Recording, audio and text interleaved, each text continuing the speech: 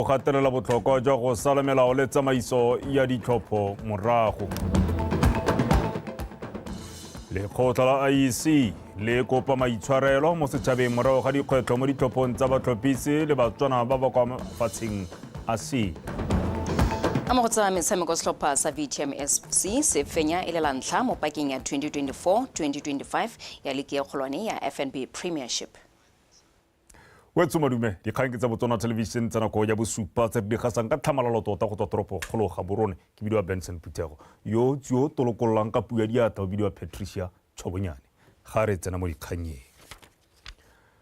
Moeteledipele wa lekoko la SADC le letlabong le lebeletse ditlhopho mono e bontona kgolo wa pele wa lehatshe la Tanzania Re Mizengo Pinda a re o tshepa gore dipaakanyo tsotlhe tsa go sekaseka tsamaiso ya ditlhopho di tla tsamaya sentle bontle le go letla lekoko la gagwe go diragatsa thomo ya lone. Re Pinda o buile se a ile go ipega kwa go tona wa ofisi ya ga Tautona Re ka bomoroeng ka moso ka tjeku tlotla Matlhabaphiri wa bega. Lekoko la SADC le letlabong le okametse ditlhopho tsa monogae le mono ebile le simolotse go kopana le bana le seabe mo ditlhophong tse pele ga le phatlalatsa setlhopha sa SADC se se tla bong se lebeletse ditlhopho ba ne ba kopana le Tona Morweng mo ofising ya merero ya ga Tautona ba goroga jaana pele ga ba rola semmuso maloko a le 70 a tla bong a lebile gore ditlhopho tsa monongwaga di tsamaisiwa ka ga ditsamaisong tsa ditlhopho tsa lekgotla la SADC. When you go to observe an election, first is to just to get a picture of how prepared are the host countries. So in this case, we are sure that things have been prepared very well. But the second thing, of course, the assurance must go beyond that general statement. We want to be sure that peace is prevailing and the peace will prevail even during the elections. Of course, Muslims are known as on the part of the government. So they've done their best according to what we gathered this morning. And they believe things will work out quite nicely. Already training has been undertaken to all of them so that they know areas of interest in the process of observing an election. And as I said, it's mostly peace, the freeness of people to move to the polling stations. So with that assurance, then we said, okay, fine, the team is ready for the work. Mahatsa se sa confirmile ka ikutlwang ka teng a ka nna 8 me go sampe go sologetswe mahatsa a mangwe gore le ona a supe a tle kwano go sologetswe le mekgatlho e mengwe ya ka EU le mekgatlho e mengwe ya harologanyeng mekgatlho e ikemetseng so kopa mhela mo go ba gaitso batswana ba gaitso ka go harologana ga bone ke gore amogelang batho ba Lorato e buisanyang le bone ka kagiso ba sireletsega ka re itsiwe re le tshaba ya kagiso re le tshabeleng gore re amogela baeng. Re ka lehatshe leno le tswa kgakala le tshwara ditlhopho tsa setšhaba tona wa tsa mahatsa a sele o rotloeditse lekoko le go diragatsa thomo ya bone ba go lelesegile. We open our doors. It's a free country. Go every corner of this country and observe. Interact with people and make your observation, which we believe will be independent. And Botswana, as a country, stand ready to receive your comments. And we know that it is in our best interest that we have a successful election that is free and fair. Godimo ga mo Tona Morweng o rotloeditse batswana le bana le seabe botlhe go dirisana sentle le lekoko la SADC le le okametseng ditlhopho le le tla bong le le mono go hitla kgwedi ya Ngwanatsele tlhola malatsi a le 6. Tlotla Matlhabaphiri, BTV News, Gaborone. Morago ga dikgwetlho tse di nnileng teng mo ditlhophong tse di neng di tshwerwe ka matlatso di akaretsa batlhophisi le badiri ba maphata a itshireletso le batswana ba ba nnang kwa mafatsheng a sele. Lekgotla la Independent Electoral Commission IEC la amogetse matshwenyego ao ebile le ikupile maitshwarelo mo setšhabeng segolo jang bao ba tlamegang go tlhopha gape mo ditlhophong tsa matlhatso. Arian ra lebile dipati tsa sepolotiki ka go harologana di supile fa di sa itumedisiwa ke ditiragalo dingwe tse di begilweng mo matlhephelong a mangwe go ralala lefatshe le kwa mafatsheng a sele. mme lekgotla la IEC le tlhomamisetsa mongwe le mongwe gore dikgwetlho tsotlhe tse ba kopaneng natso di tla rarabololwa mme ebile ga gona go nna le makgwere ape ka di 30. Ditiragalo tsene tse ga se ditiragalo tse leng gore di a itumedisa go bua boammaaruri le rona re le IEC ga re robale ga re robadiwe ke ditiragalo tse di ntseng jaana mme go hatha le go heta ga tsamaiso ya dithopo jaanong e kgorelediwa ke batswana ba gaetsho bona ba tshwanetse gore ba re eme nokeng ba re thuse go thomamisa gore dithopo tsa bone ka ese tsa rona dithopo tsa bone di tsamaya sentle mme di ikaegile ka molao mme go nna bothoko le go heta jaaka re ka dirisa magoko ga le gore yo kgoreletsang tsamaiso ya dithopo yo kgoreletsang tsamaiso ya molao wa dithopo ke yo e leng thopheng jaanong bothe ba nang gore ba amega ba tshwanetse go thopha ko mahelong ao tota ba ta re inela diata metsing re ikuela mo dipelong tsa bone re ikuela mo dithalaganyong tsa bone ebile re a ba kopa gore ka letsatsi le commission e le beileng gore ba ye go diragatsa tshwanelo ya bone ya go ithophela baemedi ba bone re ba kopa gore le ga re itse gore ba dirisa ditshenyegelo tsa bona go ya ko mahelong ao ba diragela jalo tota ba ye ko mahelong ao ba ye go thopa. Tona wa Perekoleselegae mme Ana Mokgethi a re puso e tsile ka lenaneo la Economic Recovery and Transformation Plan ka maikelelo a go tsosolosa itsholelo morago ga gore e amiwe jalo ke go tlhaoga ga segajaja sa COVID-19 o buile seo ka labotlhano jaaka na bula semmuso dikolo tse dipotlana tsa marula mantsi le morula mono toropokgolo Gaborone. Tona Mokgethi o ka ile fa dikolo tseo e le katlego e kgolo e tla thusang lefatshe leno go atlega mo maitamong a tebelopele ya setšhaba ya Vision 2036 ya go tlisa dithabololo jalo tsa sennela ruri go rata Moranyane wa Bega. Ilara ya tebelopele ya lefatshe la Botswana ya 2036 ya bobedi ya tlhabollo batho le matshelo a bone e buang ka tšhaba e rutegileng mme ebile e na le dikitso tse di maleba tse di nang le maduo di remeletse thata mo thutong ya diatla le thuto fela ka kakaretso. Go bulwa ga dikolo tse di botlana ke kgatelopele mo tebelopeleng ya lefatshe leno. This therefore resulted in the introduction of shifting in schools to address issues of congestion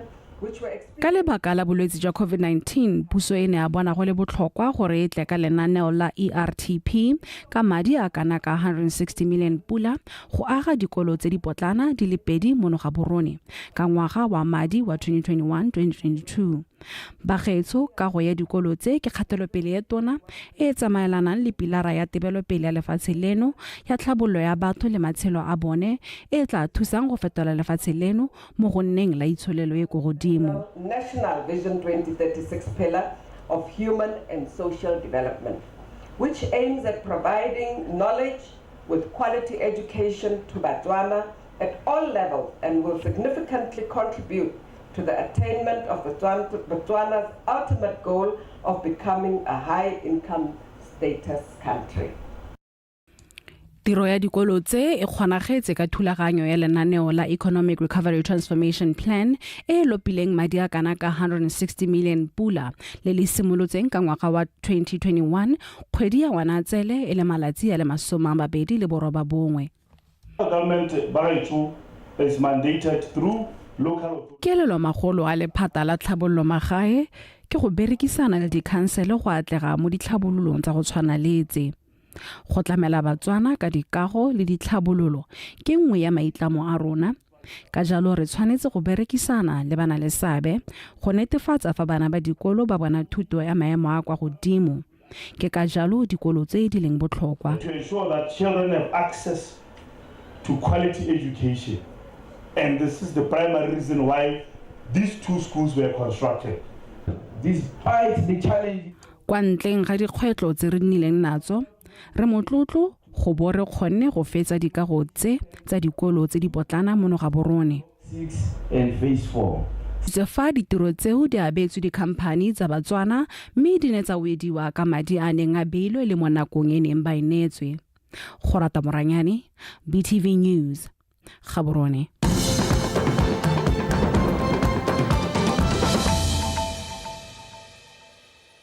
Yo etswele gona o tshubang se gona sa ditshwantsho dikgang ke tsa Botswana Television primaneng ya tsatsi la Mosupologo re tswelela dikgang tsa sepolotiki. Tautona Dr. Mokgweetsi Masisi o kopile maloko a Botswana Democratic Party BDP le banni ba Palamaukue Mogorosi le mabela a pudi kwa kgaolong ya Mabesi kwa Serowe go tlhopa party ya gagwe ka ena le mananeo a tileng a go tokahatsa le go tlhabolola matshelo a batho. Fa bua kwa putegong ya sepolotiki ya party ya BDP mo metseng eo ka la boraro tautona tota mo metseng eo ka boraro jone tautona Masisi o supile fa bontlhopheng ba party ya BDP ba na le maitemogelo ebile ba ikemiseditse go direla setšhaba sentle bontle. Gabriel Mereki wa bega. Dr. Mokgweetsi Masisi o boletse maloko a BDP le banni ba Mogorosi Palamaukue le mabela a pudi ha party ya bone ena le mananeo a nonofileng ebile itebagantse le go tokafatsa le go thabolola matshelo a Batswana. Dr. Masisi o kopile bathopi gore ba thope BDP jaaka party mo dithopong tsa setšhaba gore e tswelele thabolola matshelo a bone. Re thotse go Serowe le mo kokwanong e tona e ne ka yone re tle go rola bontlhophang ba party ya Don Graha mo dithopong tse di tlantse ba khansele le ba parlamente mme ke tla kopa gore mo parlamente o tlang o ke mo kopelang thopo ke tla bua mabaka a tenga le mabedi mokolwane ona ne re le maile pele ka 2019 la mo top mela thaela ampor ha ke batla ampor gompieno le baka le letona party ya le mo go ene na le mananeo a mantle ke tla le a sekai ke baketse ke ba bolelela ba disitse ma parlamente otlhe a ne la tlhopile Serowe South, Serowe West, Serowe North ke one go tlase ka go tsaya tšhema ka gore ga ba ise mananeo ko go lona e go tlase monna ona ke a le sologetsa ra gongwe manokeng mo tlhopheng hela tle le bone mathaithai e regala mo ga ona mo iseng parlamenteng.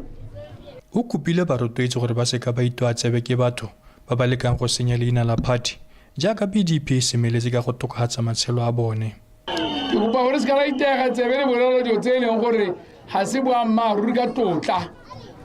ga se tsone ga re batho ba borai ga re batho ba e leng gore lobela bana batho dintsi nna se ke se batlang hela ke kagiso ditlhabololo le Motswana gore a hume bana ba mananeo a rona ba akanyetsa gore ga batla go nna mo sekang sa mogolo wa boneng e ba tsene sekwele ba rutegile e ba bona mebereko party ke yone. Tautona o ne gape a bela banni ba metse eo ka boraro dimpho di akaretsa dikobo. Gabriel Mereki, Botswana Television, mabela a pudi. Tse dingwe dikgang tsa re morotloetsi wa party ya Botswana Patriotic Front BPF Lieutenant General Dr. Ngami o kopile batho ba gantsi go tlhopha Rra Isaac Saul mo ditlhophong tsa setšhaba tse di tla tshwarang kgwedi eno e ya fifing go nna moemedi wa bone kwa parlamenteng. Dr. Ngami o buile se kwa gantsi jaaka na rola tlhopheng yo semmuso lesego mokwaisi wa pega. E re jaaka lebelo la go ipapaletsa ditlhopho le tsweletse diphathi tsa sepolotiki ka harologana di tsweletse ka go supa bontlhopheng ba tsone ba bokhanserara le ba bopalamente. Phathi ya Botswana Patriotic Front le yone e ne a supeng tlhopheng wa bona wa bopalamente wa kgaolo ya gantsi gone mo toropong ya gantsi re Isaac Saul. Ke ditshwanelo tsa lona go thopa gore le bata mang go tsamaisa legatse la Botswana. Jaanong rona re batla go romela re Saul gore a nne mo parlamente wa lona. Dibui ka harologana di ne tsa kopela tlhopheng yo tlhopho ba ka ya phathi ya bone le ntšha ka jalo e na le mananeo a tsamaelanang le a dinako tsa segompieno. E tshwere sengwe le sengwe re bua ka education re bua ka ipelegeng rona phathi ya rona BPF ya re pega re kgakga Saulo e le ngwana wa rona gore a tle a bankanye a tle a supe ka ipelege the simple part of it. Ka di 31 re tla borena le makhanselara a le 40 mo kgaolo ya gantsi nako ka baka ke a khansele. Kgaolo ya gantsi e tla phadisanelwa ke bontlhopheng ba le bararo e bong Re Isaac Saul wa Botswana Patriotic Front, Re Johanne Thite wa Botswana Democratic Party le Re Noa Salakai wa Umbrella for Democratic Change le Somokwaisi BTV News gantsi. ntse le mo go tsa politiki ntlopheng wa party ya BDP wa kgaolo ya Gauteng West Red Daniel Molokwe o ka ile le moeteledipele wa Motia yo dirileng ka nata mo tirong ya gagwe ya boeteledipele mo makalaneng a harologaneng a party yo Rato Mokoraga fa a mo kopela tlhopho le makhanselara gagwe ka matlhatso kwa Pilane ntlopheng wa Gauteng East re Mabuse Pule o supile fa re Molokwe le ntlopheng yo maleba yo ka tlisang pharologano mo kgaolong eo ya Gauteng West. Jessica Pilane a le kwa Pilane. Malatsi fela pele ga ditlhopho tsa setšhaba ga bo go tshwere ipapatso e nngwe kile dipalo tse di kwa godimo tsa batho mo kgaolong ya Gauteng West go supa ntlopheng wa bopalamente le ba bokhanselara ba kgaolo e. Re Molokwe yo ntse le mokhanselara wa kgaolwana ya Rasesa gape le modulasetilo wa khansele ya Gauteng o tlhalositse fa ile senatla se se fetotseng kgaolo e fela thata ka tsile ka mananeo a ungwetseng kgaolo e. Ke a itse gore ha go tla go economic empowerment of the citizens ga ona molekane tsamaya o ya ko parlamenteng o ya go tsweledisa dikgang tsa go tshwana le tsonetse o no ntse o bua ha o re eteletse ko counseleng o supa gore batho ba gago kante ba kgaolo ya gago ya Gauteng go na dingwe tse di sa tsamayeng sentle mme o no sa robale tsatsi le letsatsi o buela morafi wa gago o na tla ka lenaneo le bidang go ke Academic Excellence Awards Initiative a le ka go dira dikolo tsa kgaolo ya Gauteng gore di gaisanye mme ka mo go dagagala go dirile bana ba rona gore ba improve di-results tsa bone. Re Molokwe ne re ga se nna addressa council a dila report ya gago a ba re romelela re le mapalamente a gago gore re bona re go diragala eng ba o ya go topa ka ditsedi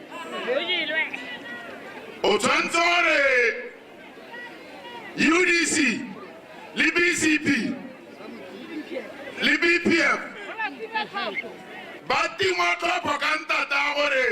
re le Batswana re rutile re badile ra tlhaloganya ga o tla go go rona o bo re tshasa botoro ka dilo tse se ka kentsa ira fa ikopela tlhopho le makhanselara a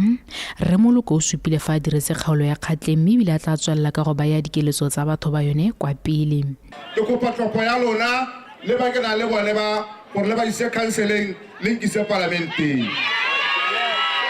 Rona ba ga itse re diretse puso e re diretse le ha tshela ja ka roka. Ke kopa le he nna sebaka ke go le tsamaela ja ka ke ntse ke le tsamaela mo counseling. Mo go tse dingwe puso ka fa tlase ga ketapele ya BDP e supa fa e tla shafatsa dikokelo le go ditlhatlhosa go nna di patela ka seo se ka thusa go tokafatsa ditirelo le ditlamelo tsa botsogo tse di fiwang Batswana. Jessica Pilane, BTV News, Pilane.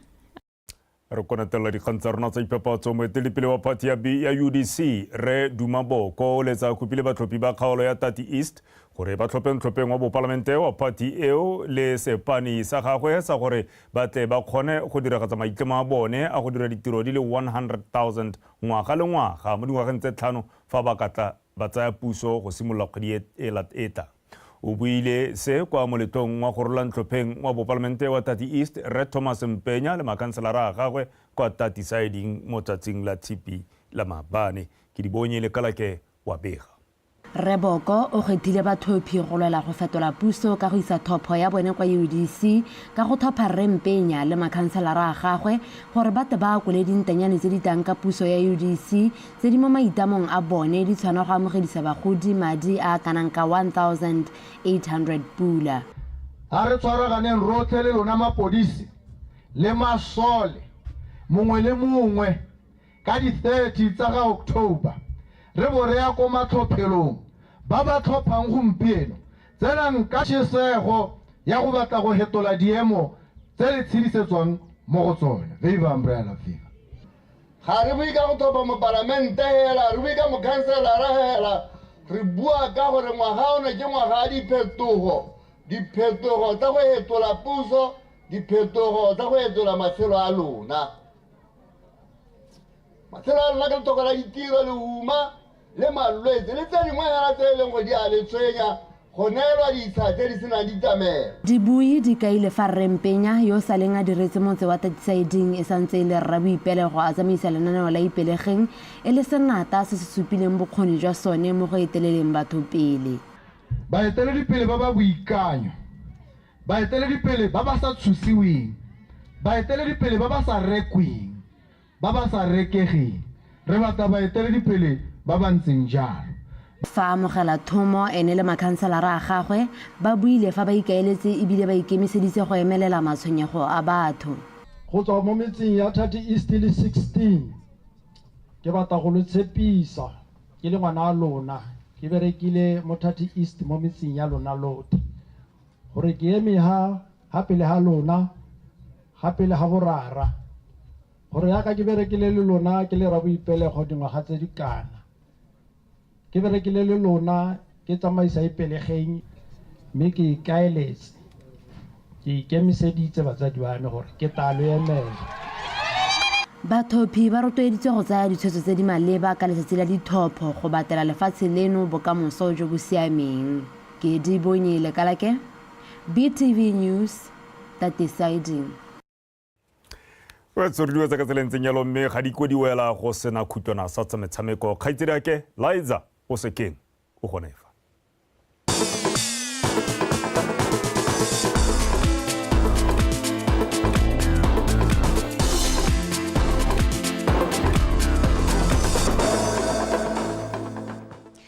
Ke go leboga kgaitsedi ke Kagiso Benson Phuthego we tshomadume na ke Liza o sekeng ka dikgang tsa metshameko mepego e kwa setlhweng ke reng tobokane mo setla ke ene mo fenyi wa lebelo la dibaesekele la Lake Ngami GM Cycle Classic as na go fetsa lebelo leo la 106 kilometers mo nakong ya 3 hours 8 seconds mo setla ona ikgapela 3000 pula mo khaisanong eo ene e tshwaretswe kwa toteng ebile e rulagantswe ke moepo wa Khwema Qao maabane ka Sontaga a rutlapego ka maretha ka Isara. Maemo a bobedi mo lebelong leo la 106 kilometers a phamotswe ke Kabelo Kwape morago ga go fetsa mo nakong ya 3 hours 18 seconds a setswe morago ke James mo go a boraro ka nako ya 3 hours 31 seconds. Lebelo la 140 kilometers mo letakoreng la borre ba under 23 lone le fentswe ke Kabelo Makatile wa Stopasa Sport Cycling yo le weditse mo di oreng tse 3 le 43 seconds a setswe morago ke go mo le mokela otswe wa Joaneng Cycling Club yo ana feditse mo nakong ya 3 hours 43 seconds fa mo maemong a boraro go gorogile Eddie Gabosekwe wa Team Portrail yo feditse mo nakong ya 3 hours 58 seconds. Bangwe ba bapagami ba dibaesekele ba ne ba thagogelwa ke dikgobalo tse di potana.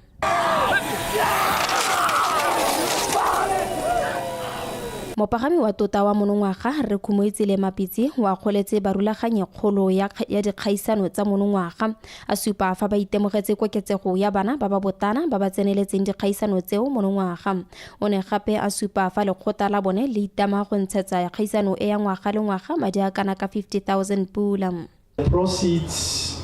raised through this event from the past 2 installments have been used in various community upliftment initiatives. Dipoelo tse di ntseng di kokoangwa ka kgaisano e mo dingwageng tse pedi tse di fetileng di ntse di dirisiwa mo dithabolong tsa merafe di akaretsa go thabolla dikolo kgokelelo ya metsi le go tokafatsa dikago mme ke thagisitswe fa monongwaga dipoelo tse di tla dirisiwa go thabolla sekolo se segolwane sa Ngami sa Sehithwa. Infrastructure development, and this is to enhance the learning environment at Ngami Junior Secondary School. Re trainer le team ya Khwema Qao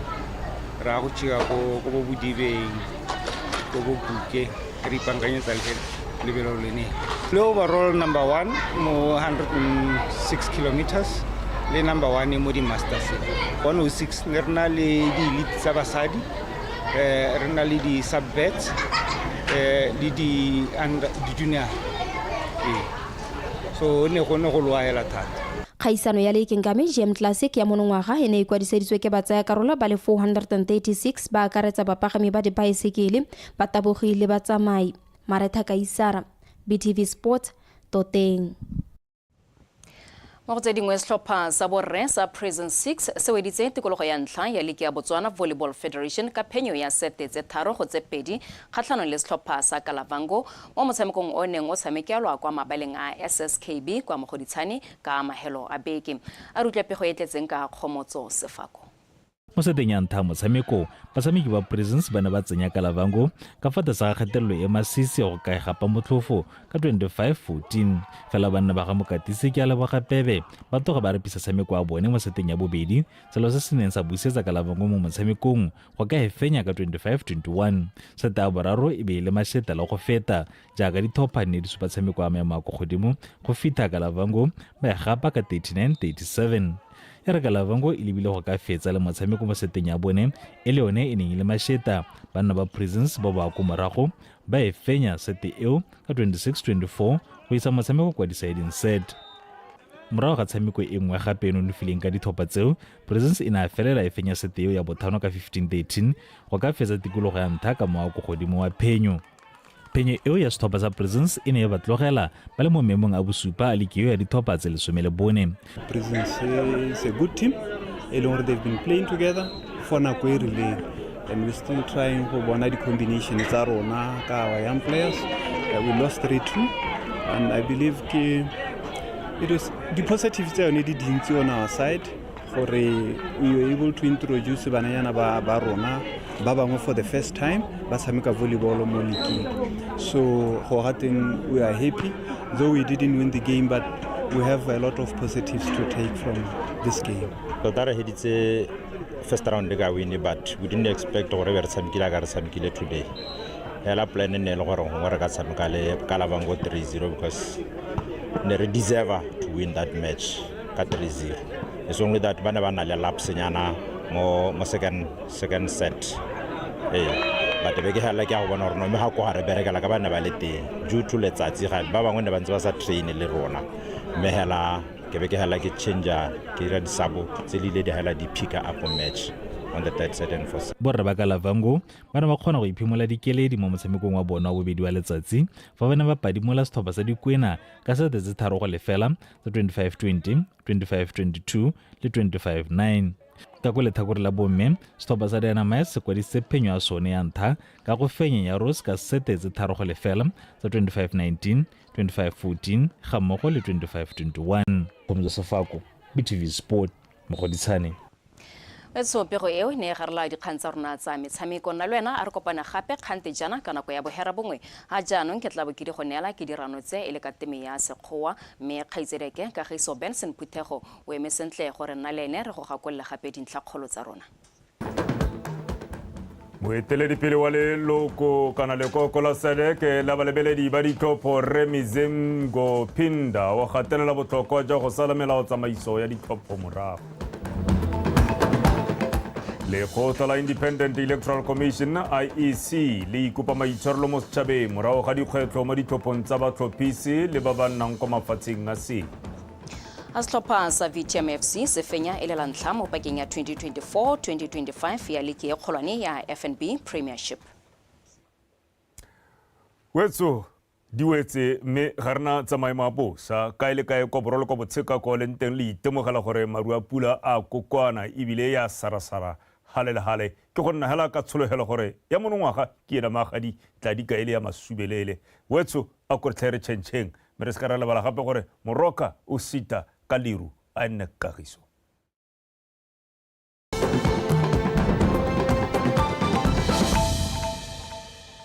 Hey y'all, look, name something that's creating sparks in Botswana. Well, there's only one good answer,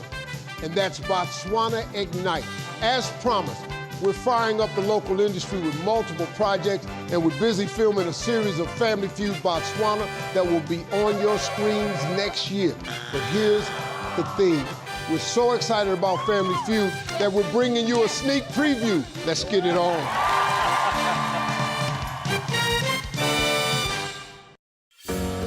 Welcome to beautiful Botswana, where the warm